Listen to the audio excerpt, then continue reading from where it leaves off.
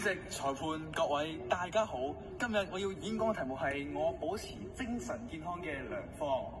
我自細就好怕醜，食飯唔敢係男，廁所自己一個人去。但我爸爸佢唔單止英勇，而且好自信。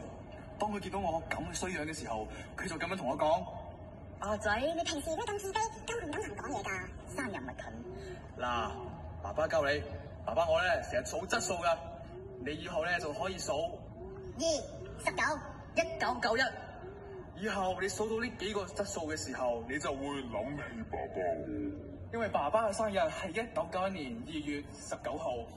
每當我數質數嘅時候，我就會諗到起我嘅爸爸。有一次我逼去咗參加唱歌比賽嘅時候，我就係咁樣表現㗎。春風吹過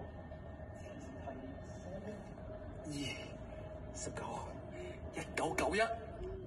原來我這一生不羈放縱愛自由。